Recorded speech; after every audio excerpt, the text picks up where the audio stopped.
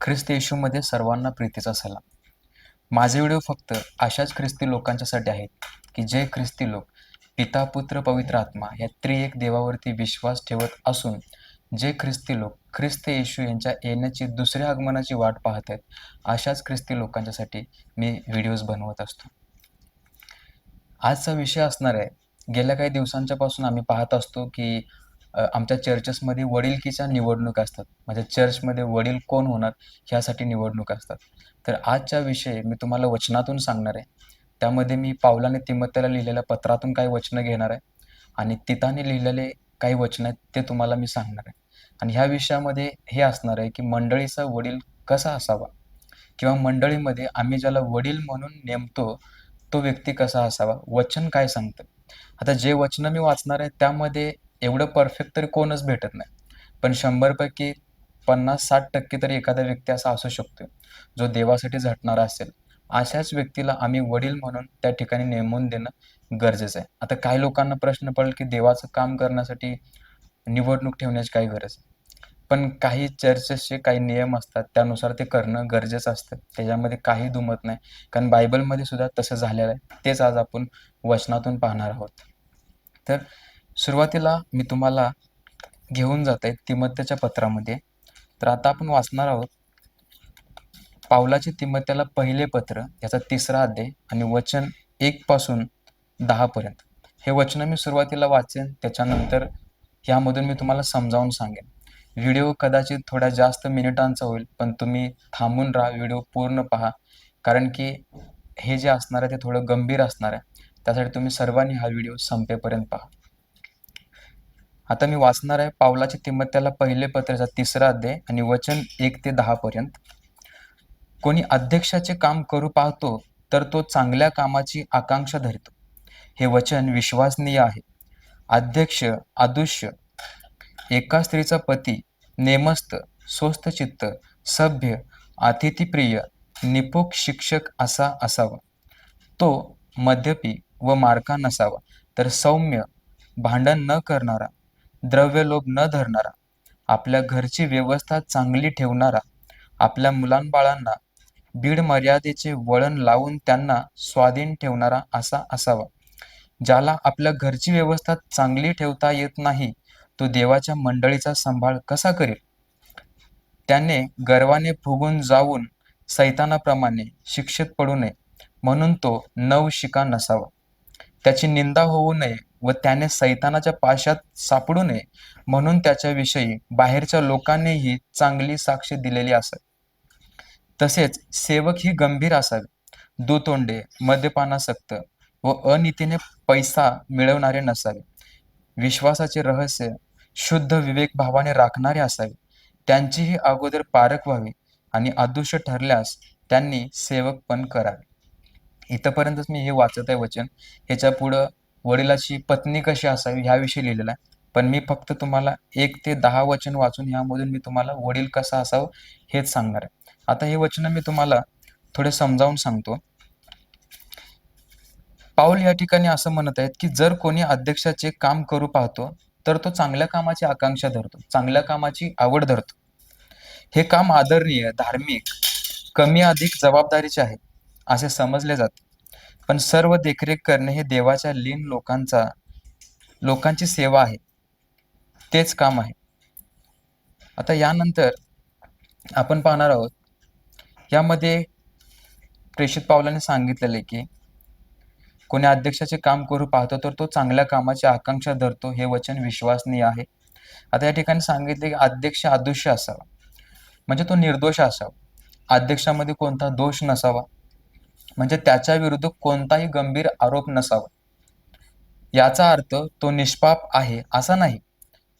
जर त्याने चूक केली तर तो देव व मनुष्यांसमोर ती कबूल करून सुधारणा करतो. तो स्वच्छ मनाने त्याची चुकी मान्य करतो, असा तो व्यक्ती असावा ज्याला तुम्ही वडील म्हणून नेमणार आहात.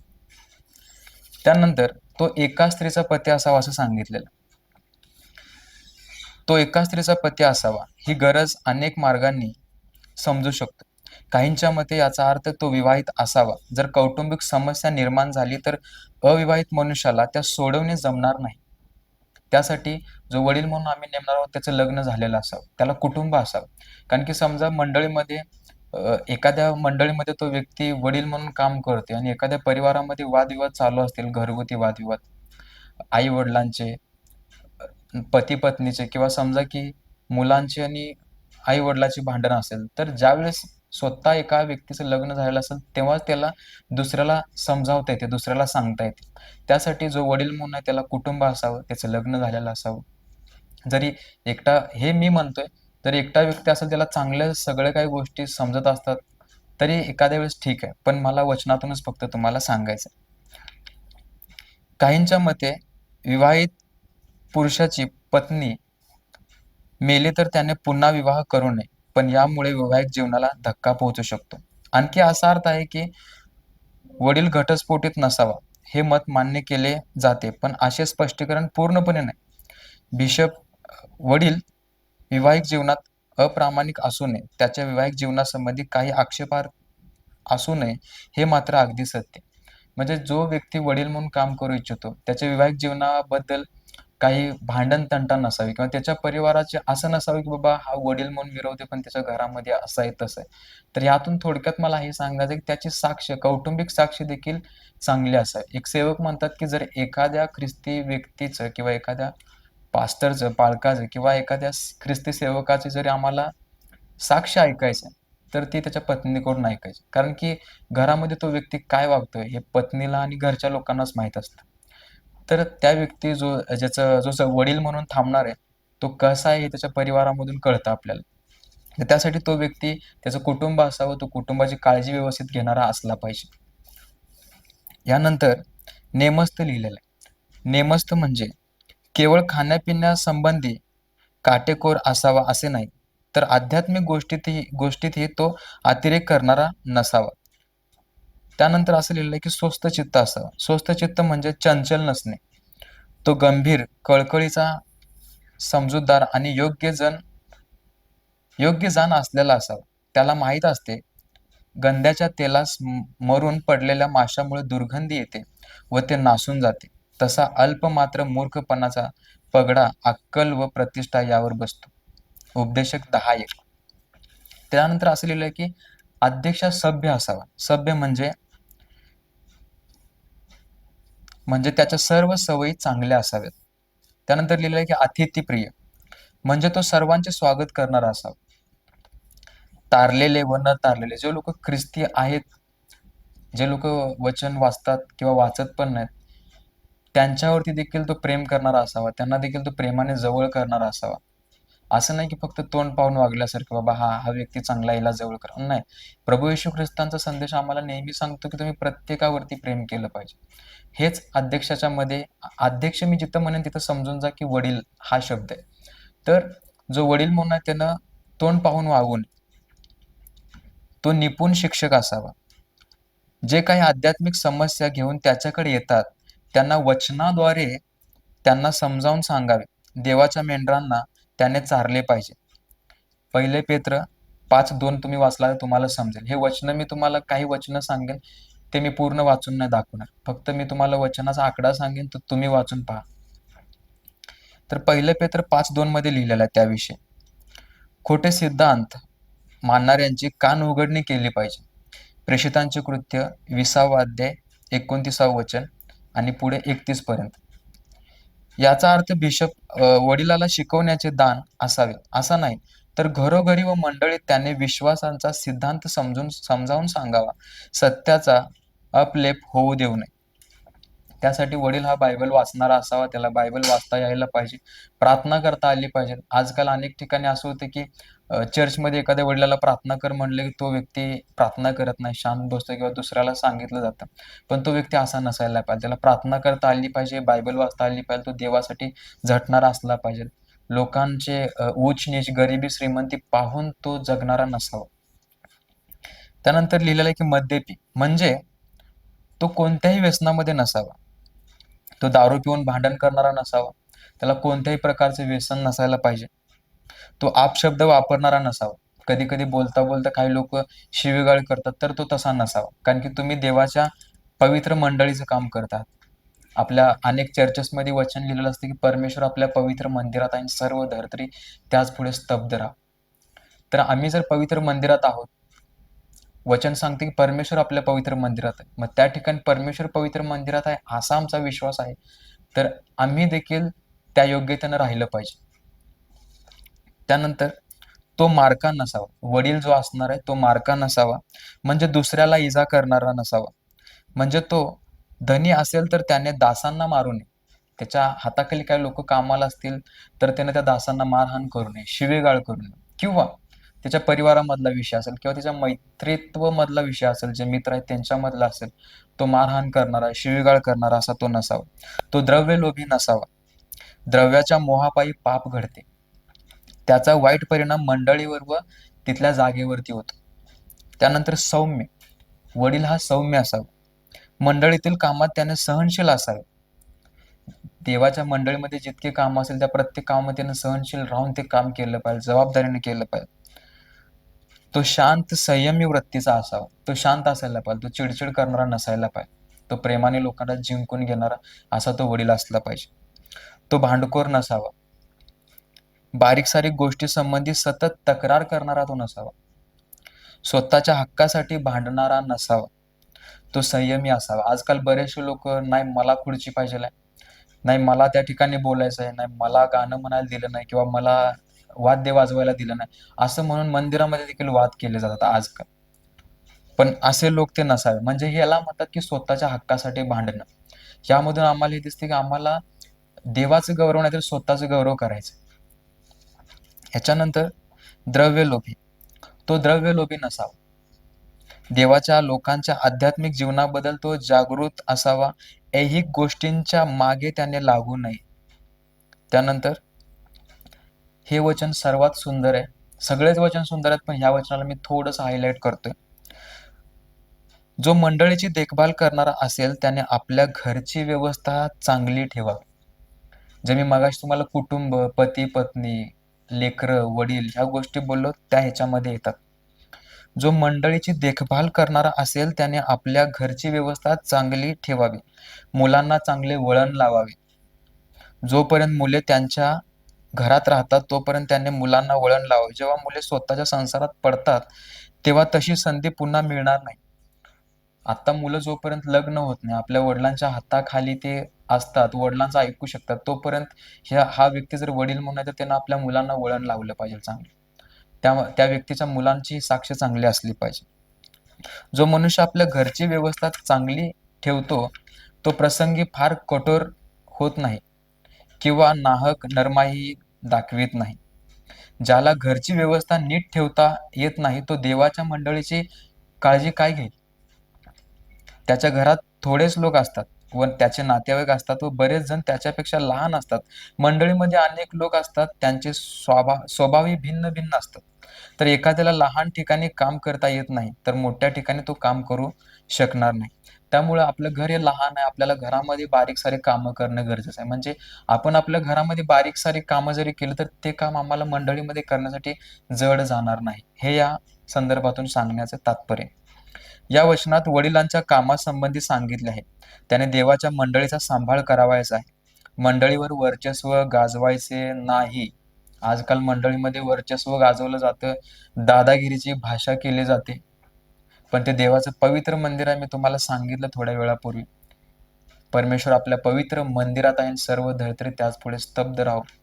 आणि आम्ही पाहतो आमच्या परमेश्वरासमोर, ख्रिस्त येशू समोर धरती स्तब्ध राहते.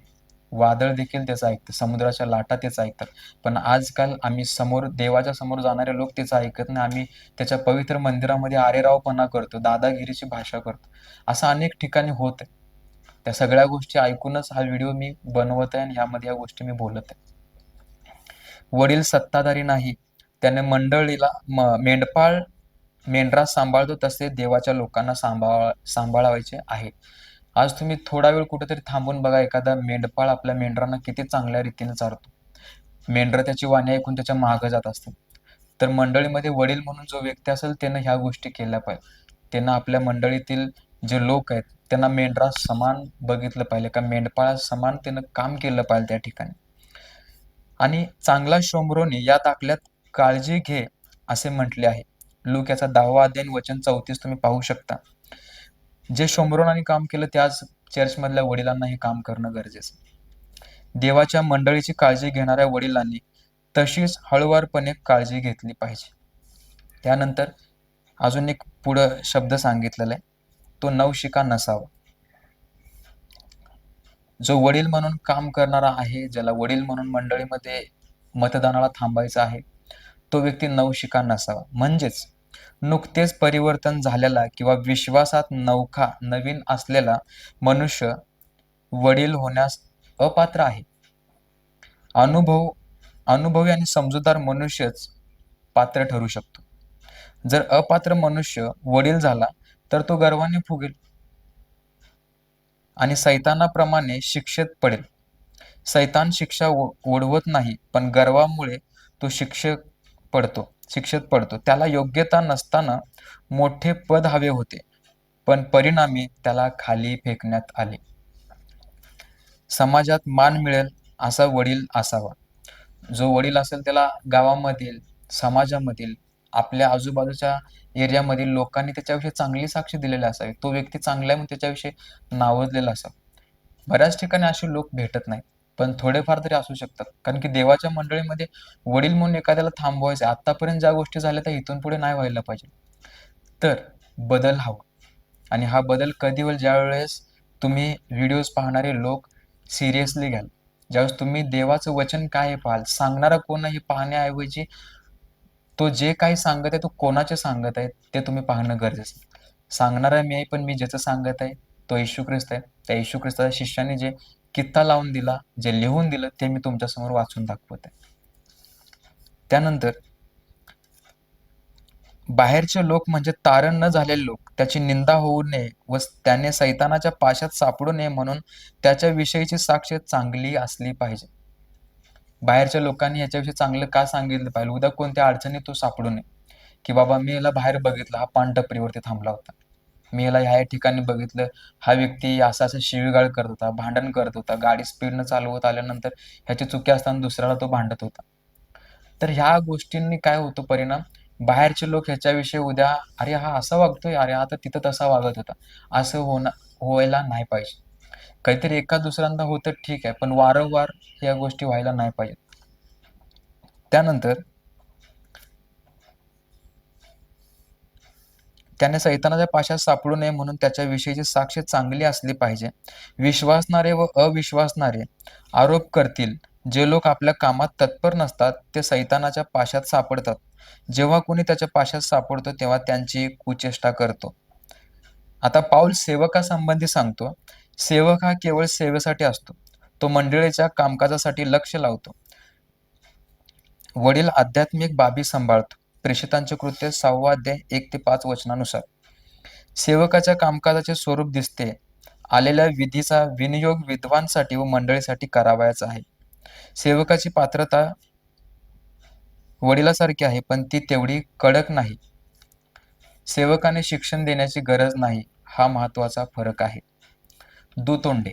आता बघा, जो वडील म्हणून असणार आहे तो दुतोंडी नसावा. म्हणजे तो वडील सेवक सन्माननीय, योग्यतेचा असावा. तो दुतोंडे नसावा. म्हणजे एकाचे दोन करून सांगणारा. इकडून याचं काहीतरी ऐकत तिकडून त्याला सांगायचं, त्या दोघांच्या मध्ये भांडण लावायचं. तो तुझ्याविषयी तसं बोलत होता, तो तुझ्याविषयी असं बोलत होता, असं म्हणून भांडण लावणारा म्हणजे दुतोंडे तो व्यक्ती नसावा. तो संतुलित असावा. त्यानंतर मद्यपानासक्त. तो वडील मद्यपानासक्त असू नये. वैद्यकीय कारणासाठी घेणे नव्या करारात मान्य आहे. जेथे पाणी दूषित असते तेथे द्राक्षारस घेणे योग्य आहे. थोड्या प्रमाणात द्राक्षारस घेण्याची परवानगी असली तरी ख्रिस्ती मनुष्याने विचारपूर्वक तो घ्यावा. काही देशात साक्षीला अडथळा न येईल अशा प्रमाणात द्राक्षारस घेतला जातो. काही ठिकाणी द्राक्षारस म्हटला की लोकांच्या डोळ्यासमोर वेगळं येतं, त्यांना वाईन वाटतं. पण त्या काळामध्ये औषध म्हणून त्या गोष्टी घेतल्या जायच्या. आज द्राक्षारस म्हटलं की त्याच्यामध्ये अनेक प्रकारचे अल्कोहोलिक मिक्स होऊन त्याच्यामध्ये नशा केली जाते. तर त्याविषयी ते वचन नाही, ते ह्या ठिकाणी मेन्शन केलेलं. अनितीने पैसा. सेवक हा अनितीने पैसा मिळवणारा नसावा. सेवक वडील म्हणून जो थांबणार आहे तो अनितीने पैसे मिळवणारा नसावा. वडिलांनी मंडळीचे पैसे हाताळावे लागतात. जर तो द्रव्यलोभी असेल तर मोहात पडू शकतो. स्वतःसाठी तो पैसा ठेवू शकतो. तो पैसे स्वतःसाठी वापरू शकतो जर तो द्रव्यलोभी असेल तर. यहुदाने पैशाच्या मोहापायी त्याच्याच प्रभूला, आमच्या प्रभूला यहुदाने 30 रुपयांसाठी धरून दिले. तर ह्या सगळ्या गोष्टीतून मला तुम्हाला हेच सांगायचं आहे की मंडळीचा वडील कसा असावा. ह्याच्यानंतर तिताने फार सुंदर लिहिलेलं आहे. ज्यावेळेस प्रेषित पाऊलाने तिताला सांगितलं, प्रेषित पाऊल क्रेत नावाचं जे गाव आहे, जे शहर आहे, ते सोडून ज्यावेळेस प्रेषित पाऊल जाणार होते, त्यावेळेस ते तिताला काय सांगतात आणि तिता ह्याच बद्दल काय लिहितो हे मी थोडं तुम्हाला सांगतो. हे देखील व्यवस्थितरित्या तुम्ही ऐकावं अशी माझी विनंती आहे. तिताला पत्र याचा पहिला अध्याय आणि वचन 5 पासून पुढे मी वाचणार आहे, 5 पासून 9 पर्यंत. तर या ठिकाणी प्रेषित पाऊल असं म्हणतात, पावलाचे तिताला पत्र पहिला अध्याय वचन 5 पासून 9 पर्यंत मी वाचतो. सगळ्यांनी लक्ष द्या. मी तुला क्रेतात ह्यासाठी ठेवून आलो की तू अपुऱ्या राहिलेल्या गोष्टीची व्यवस्था करावी आणि मी तुला आज्ञा केल्याप्रमाणे तू प्रत्येक नगरात वडील नेमावे. आता तुम्हाला समजलं वडील का नेमणं गरजेचं आहे. तर ह्याच्यातून हे कळतं की वडील मंडळीने नेमावा लागतो आणि मंडळीने कसा वडील नेमावा हेच मला तुम्हाला या व्हिडिओच्या मार्फत वचनाच्या द्वारे सांगायचं आहे. ज्याला नेमावयाचे, ज्याला वडील म्हणून नेमावयाचे तो कसा असावा हे पुन्हा एकदा तिताने काय लिहिलेलं ते मी तुम्हाला वाचून दाखवतो. ज्याला वडील म्हणून नेमावे तो अदृश्य, निर्दोष, तो अदृश्य असावा, एका स्त्रीचा पती असावा, त्याची मुले विश्वास ठेवणारी असावी, त्यांच्यावर बेतालपणा केल्याचा आरोप आलेला नसून ती अनावर नसावी. अध्यक्ष हा देवाचा कारभारी आहे म्हणून तो अदृश्य असला पाहिजे. पुन्हा म्हटलेलं आहे, अध्यक्ष हा देवाचा कारभारी आहे म्हणून तो अदृश्य, अदृश्य म्हणजे निर्दोष, निर्दोष असला पाहिजे. सुरुवातीला पण इथं सांगितलेलं आहे की तो अदृश्य, 6व्या वचनात सांगितलं की तो अदृश्य आणि पुन्हा 7व्या वचनामध्ये पण अदृश्य हा शब्द वापरलेला आहे म्हणजे निर्दोष. तर तो निर्दोष असला पाहिजे. तो स्वच्छंदी, रागीट, मद्यपी, मारका, अनीतीने पैसे मिळवणारा नसावा, तर अतिथीप्रिय, चांगुलपणाची आवड धरणारा, मर्यादशील, नीतिमान, पवित्र, संयमी आणि दिलेल्या शिक्षणानुसार जे विश्वासनीय वचन त्याला धरून राहणारा असा असावा. यासाठी की त्याने सुशिक्षणाने बोध करावयास व उलट बोलणाऱ्यांना कुंठित करावयास ही समर्थ व्हावं. तर हे वचन मी थोडं तुम्हाला समजावून सांगतो. आता मी काढलेल्या नोट्समधून तुम्हाला बोलत असताना मी इथले काही वचन तिथं रेफर करेन, वाचेन. पावलाने क्रेत सोडले तेव्हा तेथे बऱ्याच गोष्टींची सुधारणा करणे आवश्यक होते. खोट्या शिक्षकांना गप्प करणे. प्रेषित पावलांचे पत्र तुम्ही वाचायला गेला तर तुम्हाला कळते की खोटे शिक्षण देणारे लोक त्या काळामध्ये भरपूर आले होते, जसे आत्ता आहेत. येशू ख्रिस्तांच्या वधस्तंभाविषयी चुकीचे शिक्षण देणारे, ज्याला मी ख्रिस्त विरोधी म्हणतो, जसे मागील माझे काही व्हिडिओज आहेत. तर असे लोक देखील तिथं आले होते. मग प्रेषित पाऊल ह्या ठिकाणी तिताला सांगताना हे पण सांगतात की ज्याला वडील म्हणून नेमशील तो शिक्षित व्यक्ती असावा, त्याला बायबलचा अभ्यास असावा, ख्रिस्ताबद्दलचा अभ्यास त्याला असावा, कारण की उद्या चुकीचं शिक्षण देणारे लोक आले तर त्यांना देखील प्रत्युत्तर करता यावं, त्या ठिकाणी त्याला समर्थ बनता यावं, ह्यासाठी प्रेषित पावलाने ह्या गोष्टी सांगितल्या. तर पावलाने क्रेत सोडले तेव्हा तेथे बऱ्याच गोष्टींची सुधारणा करणे आवश्यक होते. खोट्या शिक्षकांना गप्प करणे आणि मंडळीमध्ये वडिलांची नेमणूक करणे आवश्यक होते. पावलाने त्या गोष्टी तितावर सोपवल्या होत्या. आता नव्या करारात वडील हे पोक्त लोक होते, ते आध्यात्मिक नेतृत्व करत होते. या वडिलांना ग्रीक भाषेत प्रस्बुतर असे म्हटले आहे. वडिलांना ग्रीक भाषेत बिशप, रक्षक, द्रष्टा अशी संज्ञा आहेत. देवाच्या कळपाची त्यांनी काळजी घ्यावयाची असते. देवाच्या कळपाची त्यांनी काळजी घ्यावयाची असते. आता मी तुम्हाला सांगणार आहे, हे व्यवस्थित तुम्ही ऐका. वडिलांचे कार्य मंडळीमध्ये, जो वडील म्हणून आहे त्याचं कार्य काय असतं मंडळीमध्ये, हे मला तुम्हाला वचनातून सांगायचं आहे. त्याचं कार्य मी सांगेन आणि पुढे वचन सांगेन कुठल्या वचनामध्ये रेफर आहे, कुठल्या वचनामध्ये तसं लिहिलेलं आहे, ते नंतर तुम्ही वाचू शकता. वडिलांचे कार्य विस्तृतपणे अशा प्रकारे आहेत. ते प्रभूच्या मंडळीची काळजी घेतात. प्रेषितांचे कृत्य याचा 20वा अध्याय वचन 28 मध्ये लिहिलेला आहे. पहिले तिमोथी 3रा अध्याय वचन 5, पहिले पेत्र याचा 5वा अध्याय वचन 2. त्यानंतर मंडळीचे हल्ल्यापासून रक्षक करणारा हा वडील असावा. प्रेषितांचे कृत्य 20वा अध्याय वचन 29 ते 31. त्यानंतर ते समोपचाराने नेतृत्व करतात. मंडळीचा वडील जो आहे तो समोपचाराने नेतृत्व करतो. पहिले थेसलोनिका पत्र याचा 5वा अध्याय वचन 12. त्यानंतर पहिले तिमोथी याचं वचन 5 अध्याय 5वा आणि वचन 17. इब्री लोकासपत्र याचा 13वा अध्याय वचन 7. त्यानंतर ह्यातच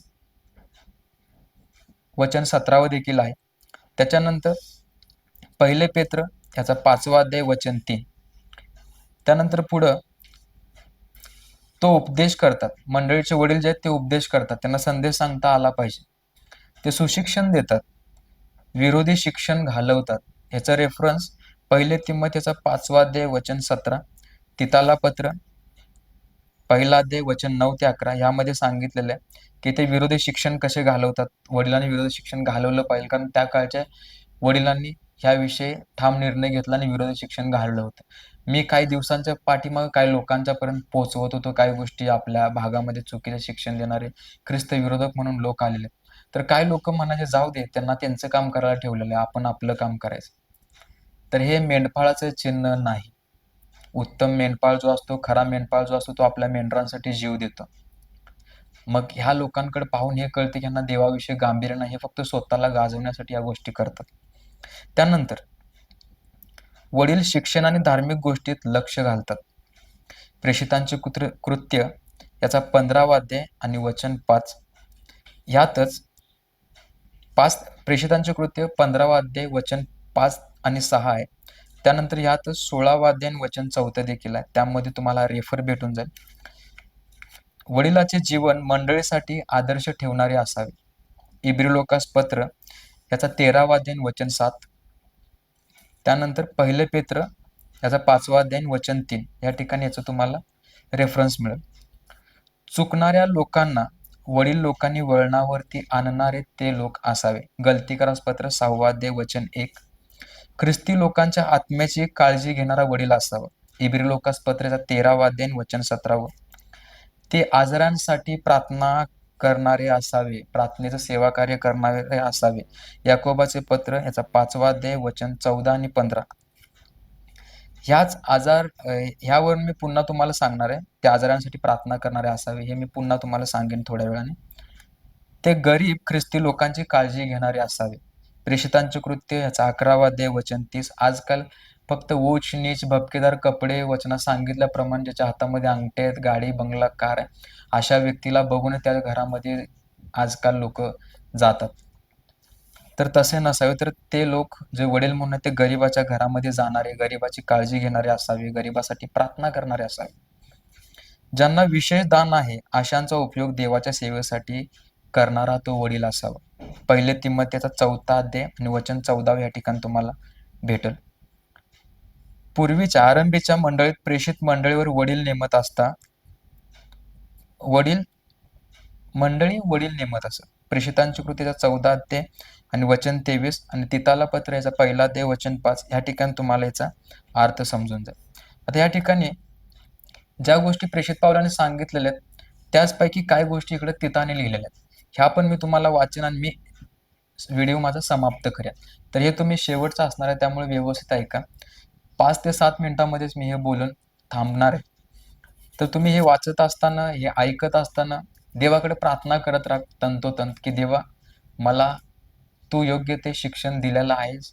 तुझ्या वचनानुसार जो व्यक्ती दिसेल मला, 100% नाही पण थोडंफार तरी मला जो दिसेल त्या व्यक्तीला मी तुझ्या मंडळीचा वडील म्हणून नेमून देईन. असं नाही होत की आपल्या मंडळीमध्ये सगळेच लोक वाईट वागणार आहेत. थोडेफार आजकाल आलेले तरुण युथ्स असतील, तरुण पिढी असेल, जे देवाला घाबरून वागत असेल, तुमच्या नजरेसमोर ते लोक असतील. आमच्या रक्तातला व्यक्ती आहे, नात्यातला आहे, माझा मित्र आहे, माझ्या घराशेजारी राहतोय, किंवा त्याच्या मी कोणत्या तरी उपकारात आहे म्हणून तुम्ही त्या व्यक्तीला ह्या वडिलकीच्या चर्चच्या निवडणुकीसाठी निवडून न देता तो व्यक्ती ह्या वचनांच्या प्रमाणे आहे का?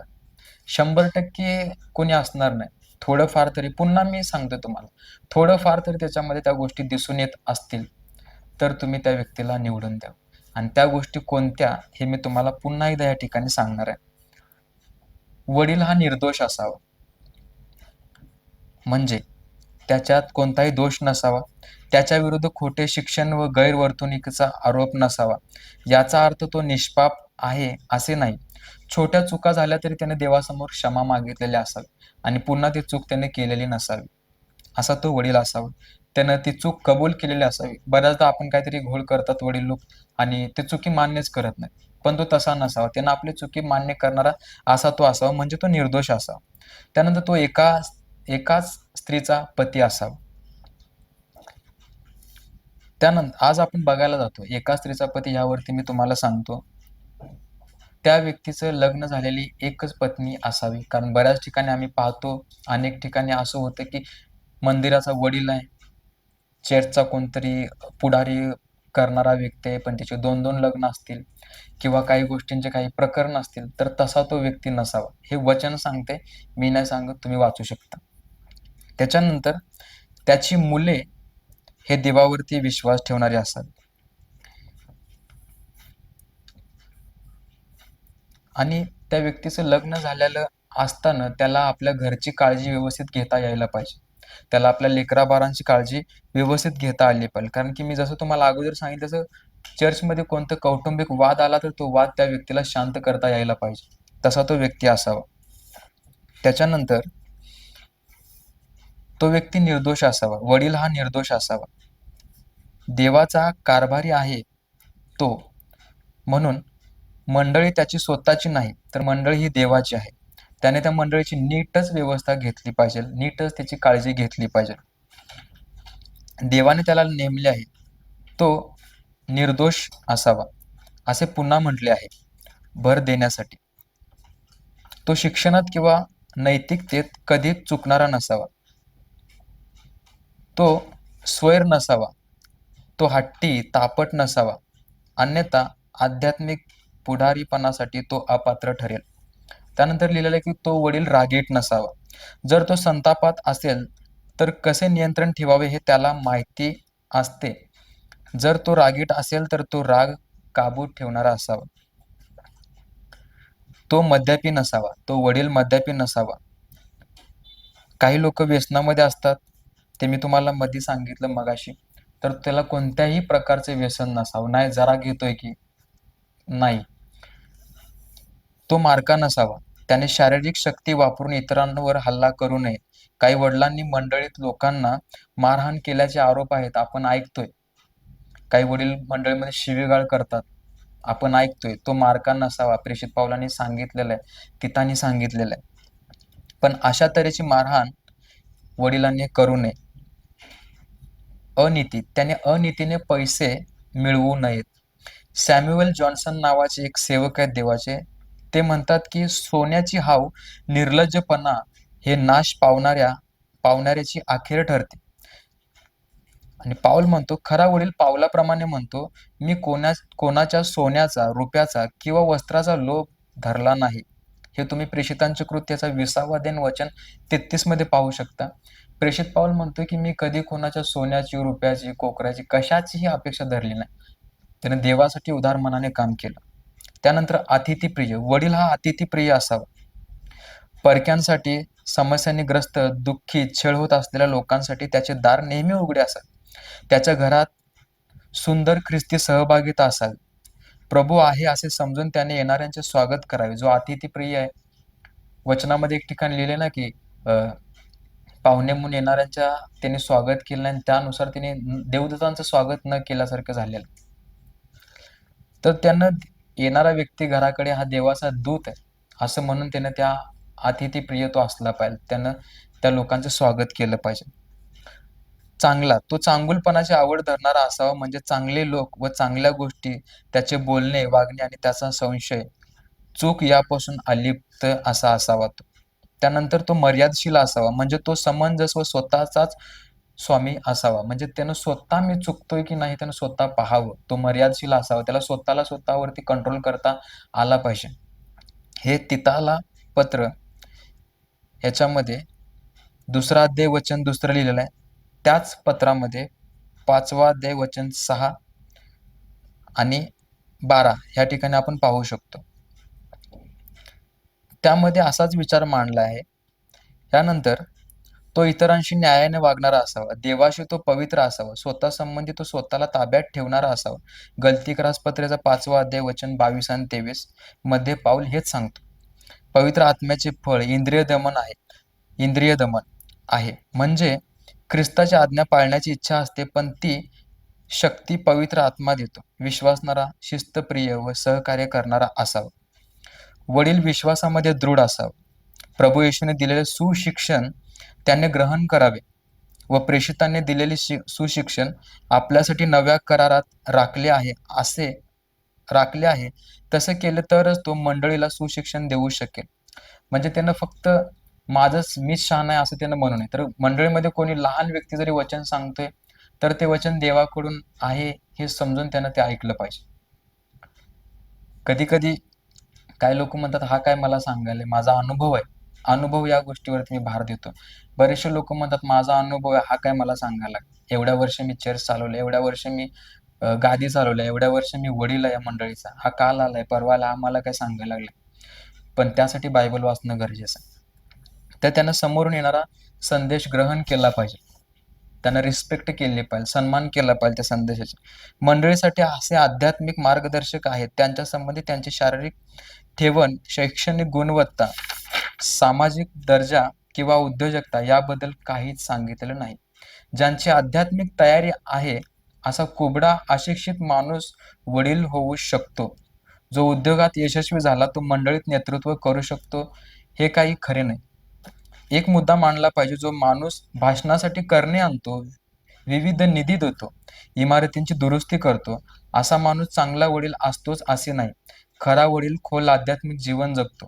तो चांगली सूचना, बोध, उत्तेजन देतो. कधी तो बऱ्यासाठी रागावतो सुद्धा. तर ह्या सगळ्या गोष्टीतून मला तुम्हाला एकच सांगायचं आहे, तुम्ही स्वतः देखील बायबल वाचा. याच्यातून तुम्हाला काही प्रश्न पडले असतील तर तुम्ही मला कमेंटमध्ये पण सांगू शकता. फक्त मला तुम्हाला हे सांगायचं आहे, आज आम्ही वडील म्हणून कशा व्यक्तीला आमच्या मंदिरामध्ये निवडून देत आहे. आज आम्ही ज्या व्यक्तीला आमच्या चर्चमध्ये हा व्यक्ती वडील असावा, तो व्यक्ती वडील असावा, तर असं विचार करत असताना आम्ही हे पाहतोय का की बाबा हा माझ्या नात्यातला आहे, रक्तातला आहे, ह्याला निवडून द्यावं, की आम्ही वचनानुसार जगणारा व्यक्ती पाहिला पाहिजे. हे तुम्हाला समजावं म्हणून हा मी व्हिडिओ करता. ह्याच्यानंतर मी माझे विचार काढलेले, लोकांच्याकडून काही गोष्टी मी ऐकलेले, मला वैयक्तिक काय अनुभव आलेले, ते मी तुमच्यासमोर मांडत आहे. एक 7च पॉईंट मी काढलेले आहेत. तर ह्या पॉईंटमध्ये मला तुम्हाला एवढंच सांगायचं आहे की वडिलांना काय केलं पाहिजे. आजच्या जनरेशनमध्ये जो वडील म्हणून आहे, चर्चचा वडील बरं का, तर चर्चचा वडील म्हणून जो आहे त्यानं काय केलं पाहिजे हे मला तुम्हाला सांगायचं आहे. त्या वडिलांनी गोरगरिबांच्या घरामध्ये प्रार्थनेला गेलं पाहिजे. वडिलांनी गोरगरिबांना बरे वाईट विचारलं पाहिजे. त्यांची विचारपूस करणं गरजेचं आहे, कारण ते आपल्या मंडळीमधील आहेत, देवाची मंडळीतले लोक आहेत. वडिलांनी फक्त ज्याच्या अंगावरती भपकेदार कपडे आहेत, ज्याच्या हातामध्ये सोन्या चांदीच्या अंगठ्या आहेत, जो मोठमोठ्या कारमधून फिरतो, जो बंगल्यामध्ये राहतो, अशाच लोकांच्या जवळ जाऊ नये. तर त्याने गरिबालाही विचारावं, गरिबावरतीही प्रेम करावं, असा तो वडील असावा. अशाच वडिलाला तुम्ही निवडून द्या. वडिलाला मंडळीमध्ये बायबल वाचता आले पाहिजे. आजकाल अनेक मंडळीमध्ये जरी बायबल वाच म्हटलं तरी वडिलांना बऱ्याचदा बायबल वाचता येत नाही, पण त्यांना बायबल वाचता आलं पाहिजे. म्हणून प्रेषित पाऊल म्हणतात बायबलमध्ये, आणि तिथं देखील हेच म्हणतो की तो शिक्षित असावा, नवशिका नसावा, त्याला बायबलचा अभ्यास असावा. वडिलांना प्रार्थना करता आली पाहिजे, कारण की आपण ज्यावेळेस याकोबाचं पत्र वाचतो कळते की मंडळीतल्या वडिलांनी जाऊन ओनावून प्रार्थना करावी, म्हणजे वडिलाला प्रार्थना करता आली पाहिजे. आजकाल प्रार्थना कर म्हटलं की एकमेकावरती ढकललं जातं, तू कर, मी कर, हे कर, ते कर, असं होतं.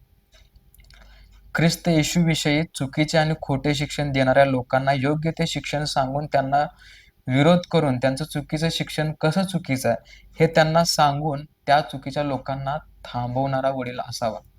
त्याला अभ्यास असलाच पाहिजे. जो वडील आहे त्याने सर्वांशी प्रेमाने वागणारे असावे. तोंड पाहून गरीब श्रीमंत म्हणून त्याने वागू नये. वडील इतर लोकांना ख्रिस्त येशूंच्या विषयी सुवार्ता सांगणारा असावा. ख्रिस्त येशूंच्या विषयी सुवार्ता सांगणं गरजेचं आहे. वडील म्हणजे त्याला फक्त त्या ठिकाणी प्रभुभोजनाला पांढरे कपडे घालून मिरवण्यासाठी त्या ठिकाणी ठेवलेलं नाही.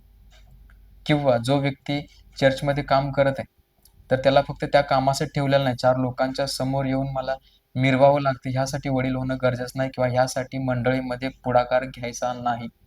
तर त्या व्यक्तीला ख्रिस्ताविषयी प्रेम, आदर, ख्रिस्ताचे जे लोक मंडळीमध्ये बसलेले आहेत, त्यांच्याविषयी प्रेम, आदर, कळवळ असला पाहिजे. कोणी मंडळीमध्ये आजारी आहे, कोणी एखादा व्यक्ती चर्चमधून बाहेर जात असताना तो तोंड बारीक करून बाहेर पडतो, त्याला विचारलं पाहिजे, की "काय अडचण आहे तुला? तू आजारी आहेस? काय दुःखी आहेस? काय झालं मला सांग, मी तुझ्यासाठी प्रार्थना करतो." पैशाची मदत आपण करण्याविषयी नाही सांगत तुम्हाला. पैशाची मदत न करण्यापेक्षा तोंडचे गोड शब्द एखाद्या व्यक्तीला लगेच बरं करून जातात. त्यामुळं फक्त फुकटच्या तोंडानं गोड बोलायचं आहे आम्हाला. आणि वचन सांगतं, की तुमचं बोलणं मिठाने रुचकर असं असलं पाहिजे. त्यामुळे तुम्ही वडील म्हणून आहात किंवा चर्चमध्ये एखादं काम करणारे व्यक्ती आहात, तर तुम्ही ह्या गोष्टी केल्या पाहिजे आणि असा वडील असावं हे मला वाटतं. त्यामुळं तुम्ही बायबल वाचून पहा. बायबलमध्ये तुम्हाला भरपूर छान सांगितलेलं आहे. तीताच्या पत्रामध्ये सांगितलेलं आणि तिमोथेच्या पत्रामध्ये देखील सांगितलेलं आहे, की मंडळीचा वडील कसा असावा.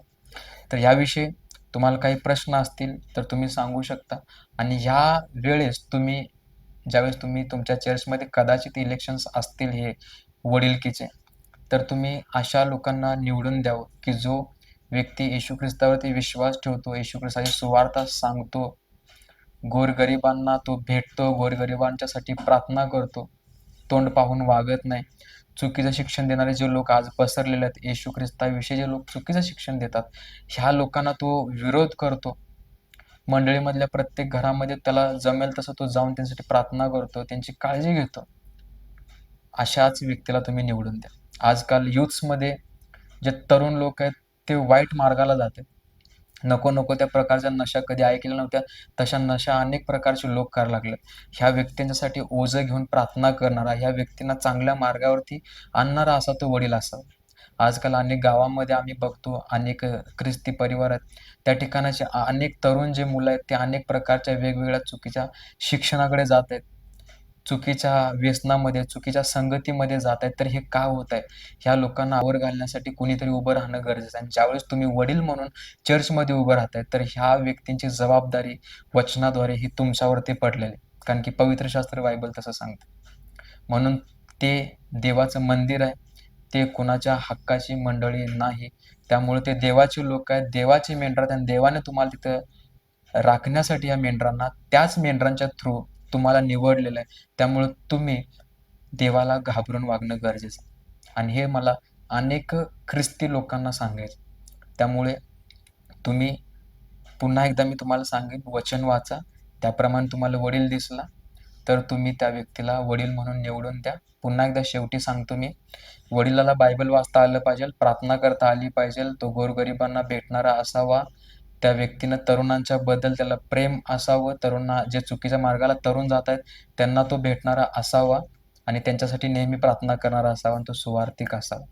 ह्या व्हिडिओच्या मार्फत तुम्हाला ज्या गोष्टी कळाल्या आणि काही प्रश्न असतील तर तुम्ही मला ते कमेंटमध्ये सांगू शकता.